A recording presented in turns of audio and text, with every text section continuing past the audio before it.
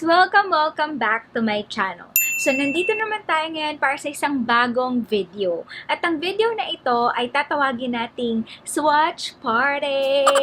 Kasi, marami akong binili na Colourette products this past few weeks. So, ngayon, isa-swatch natin sila and also, itatry natin siya sa aking lips. So, if you want to know more about this video, please keep on watching.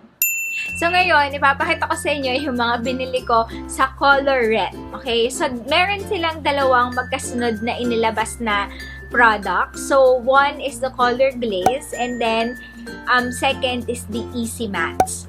So, bumili lang ako ng dalawa sa Colourglaze. So, ito sila.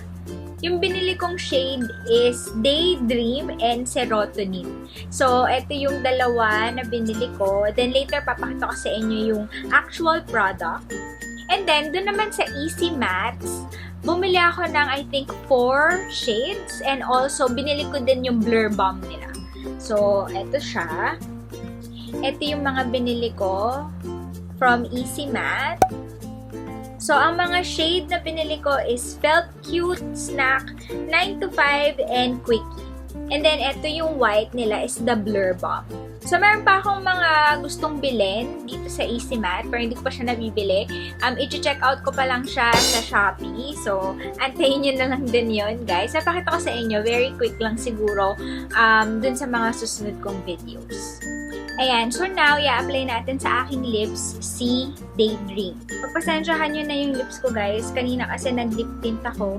Makapit siya, hindi siya matanggal. So, kaya ganito siya ngayon.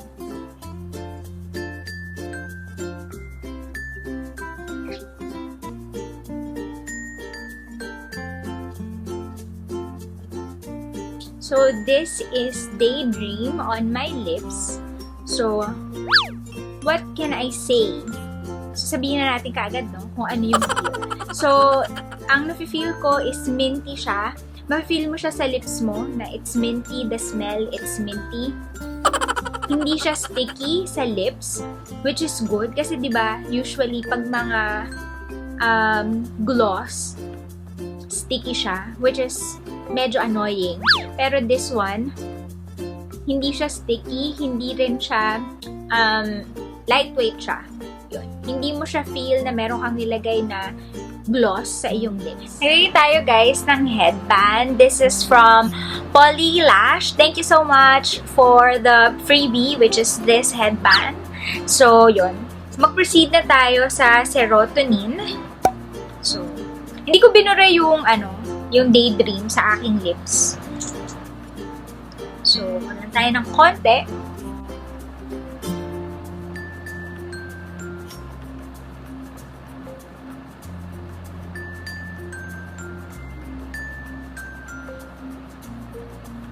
So, this is Daydream on my lips. Kahit na same pa din yung feel, so kahit na naglagay ako ng Serotonin sa aking lips without removing the Daydream na color, ganun pa rin siya. Hindi pa rin siya sticky. Lightweight pa din ng kanyang feel. So mapunta naman tayo sa mga Easy Mattes. Okay? So, eto siya. Marami siyang shade, pero hindi ko nabili lahat.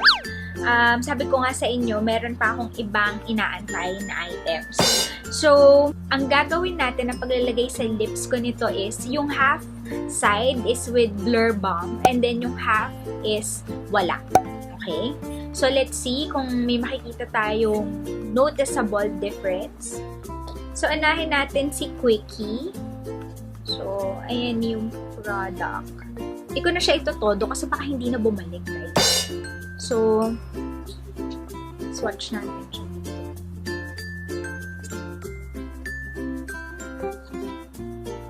So, this is Quickie. Ilagay din natin siya sa aking lips. Try na natin ang Serotonin at si Daydream. This one is si Snack. So, i-try din natin siya. Swatch. This one is Snack.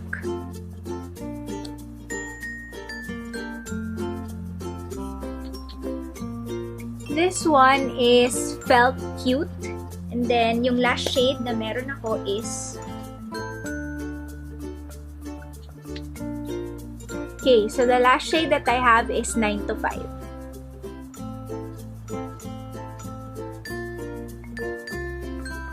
Okay, so now, let's go ahead and try them on my lips.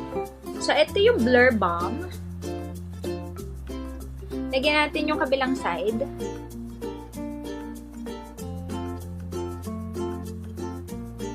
Let me show you kung ano yung tsura niya. Ganyan siya. Mukha siyang glue. Hindi talaga yung nasabi. So, ayan. Itong kabilang side, yung merong Blur Balm. Then, itong kabilang side is yung wala. So, una nating ilagay si Quickie.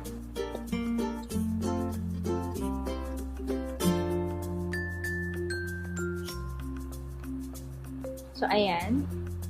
Then, try natin sa kabila.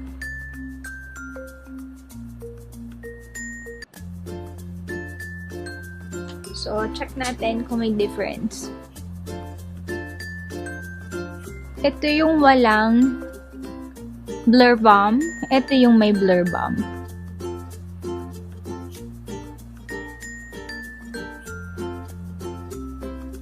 Next is, maglagay tayo ulit ng Blur Balm.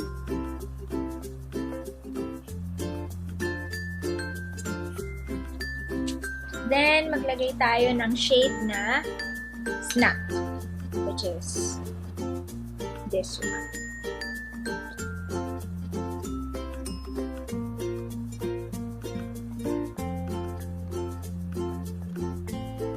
And then, sa kabilang side.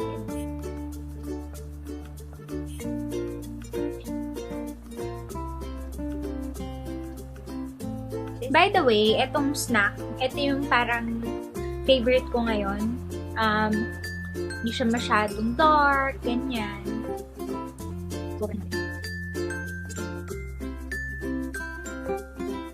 Next, lagay tayo ulit ng Blur Balm.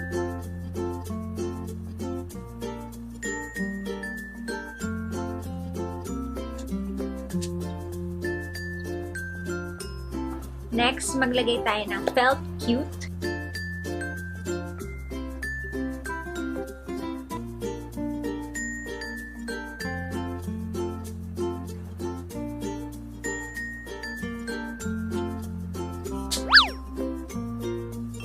Then last but definitely not the least,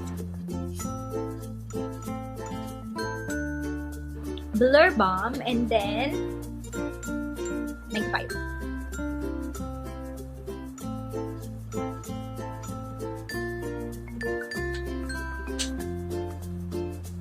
Nine to 5 is this one.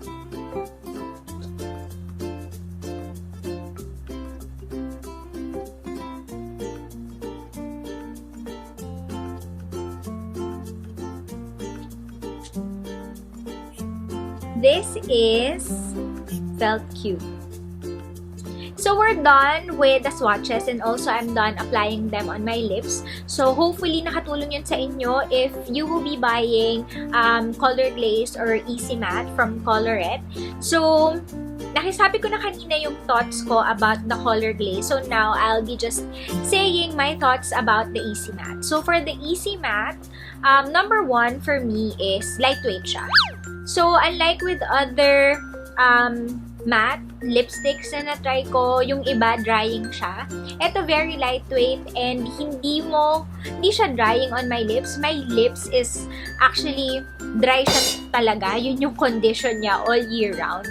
So, for someone na dry yung lips, as you can see, hindi naman na-emphasize yung dryness ng lips ko. So, I think that's a good thing. And then, very pigmented siya. Nakita nyo naman, one swipe lang ako from dito and then dito sa side ng aking lips. Yung color payoff niya is really great. So, sinabi ko nga sa inyo, it's very pigmented.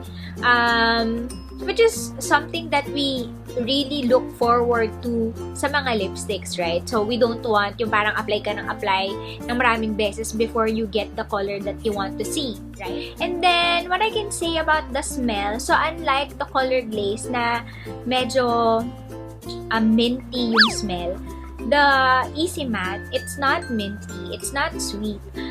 Siguro kung meron akong hindi gusto sa kanya, it's the smell.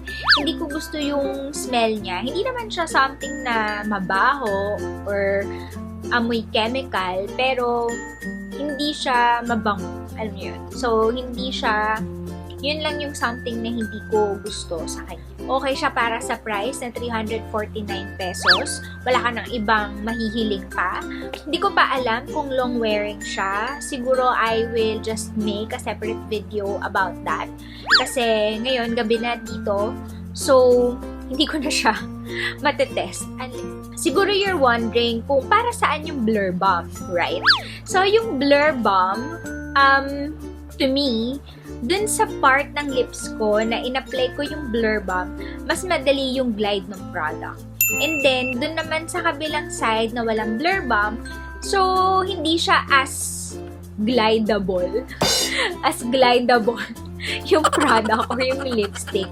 So, apart from that, yun pa pala, kung yung lips nyo is may lines, yung maraming lines, so yung Blur Balm, ang ginagawa niya is, binablur niya yung line sa inyong lips.